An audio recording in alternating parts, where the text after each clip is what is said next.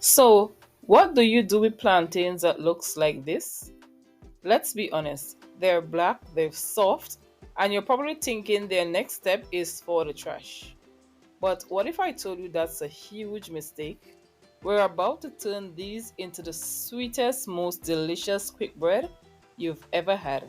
I'm telling you, this might just knock banana bread off its pedestal. The rule is simple: the blacker the skin, the sweeter the fruit. So don't be scared of the dark spots. That's where the flavor is hiding. And that is why overripe plantain is the secret to this amazing bread. Unlike bananas, plantains aren't truly ripe until their skins are completely black. All we have to do is peel them to remove the skin, and then we're going to see the beauty of the plantains inside. Add them to a bowl.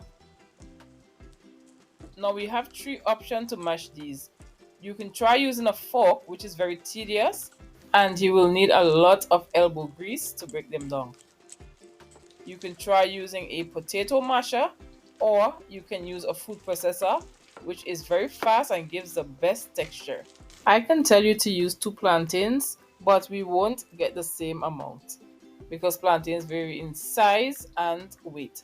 So we are going to break down the paste into 1.5 cups of plantain paste or plantain mash. This right here is the texture that you are going for. Next, we're going to add 2 eggs, some lime zest, about a third of the zest of the lime.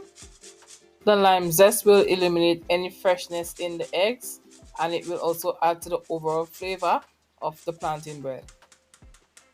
Orange zest, and I will have the recipe written in the description box. If you want to make this eggless, use the weight of 2 eggs in plain yogurt. One large egg typically weighs 50 grams, so that will be 100 grams of plain yogurt. Molasses in this recipe really took the flavor beyond what I expected. It paired really well with the citrus. Freshly grated nutmeg. Other spice mix that pairs well with this recipe is pumpkin spice and even a little bit of banana essence. Ground cinnamon, baking mixed spice,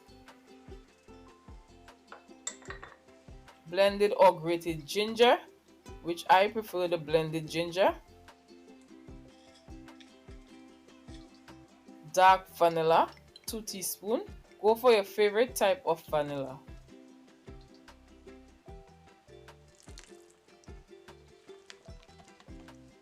And we're using our whisk to combine this and emulsify everything. Bring it into a nice smooth batter. You will still have little chunks of plantain even if you use a food processor.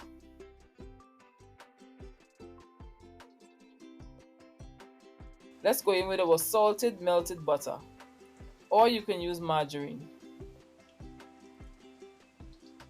Molasses and brown sugar come from the same product, but they have similar flavors and work very well together. I have soaked these raisins in some hot water for 1 hour just to hydrate them.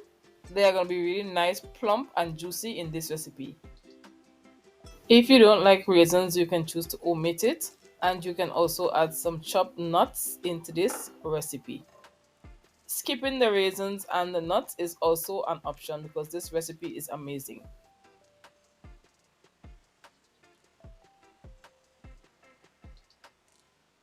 If you have gotten this far into the video, give the video a thumbs up, which helps my YouTube channel to grow by reaching more people, to help me grow and to make better content.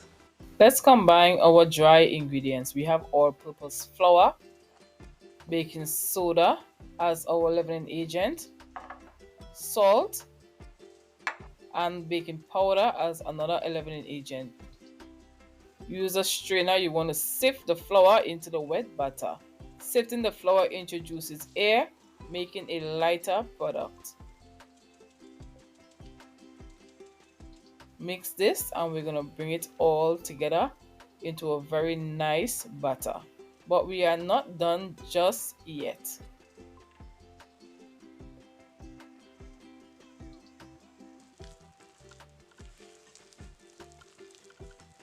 Once it gets to this consistency, you want to introduce some whole milk into the mixture. This gives the plantain bread nice richness.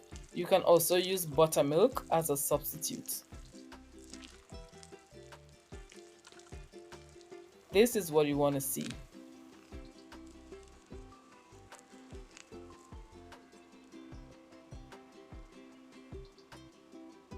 We are using 1 loaf pan as this recipe makes only 1 loaf. Lined with parchment paper and greased with some coconut oil, pour in the batter. If you add more than the specified amount of plantains, the batter will be more runny and you will end up with a very soggy looking bread. Tap it on the counter for about 20 seconds to get rid of any air bubbles that the baking soda and the baking powder would have caused. You don't want to see any holes inside the bread. Bake it at 350 degrees Fahrenheit for 50 minutes or until a toothpick inserted comes out clean. After 50 minutes, this is our final product. Let's remove it from the pan. The wait is over. The bread is cool and it's time for the moment of truth.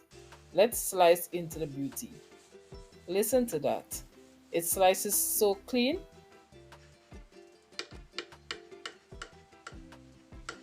And look at the crumb. It's so soft, spongy, and you can see the little flakes of spice and plantain.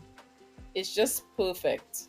So please, the next time you see overripe plantains on your counter, don't you dare throw them out. We have now come to the end of our recipe. If you enjoyed the video, give the video a thumbs up, a subscribe. Help me to grow my YouTube channel by sharing. Tell a friend to tell a friend to tell another friend, and see you in another one of my recipes.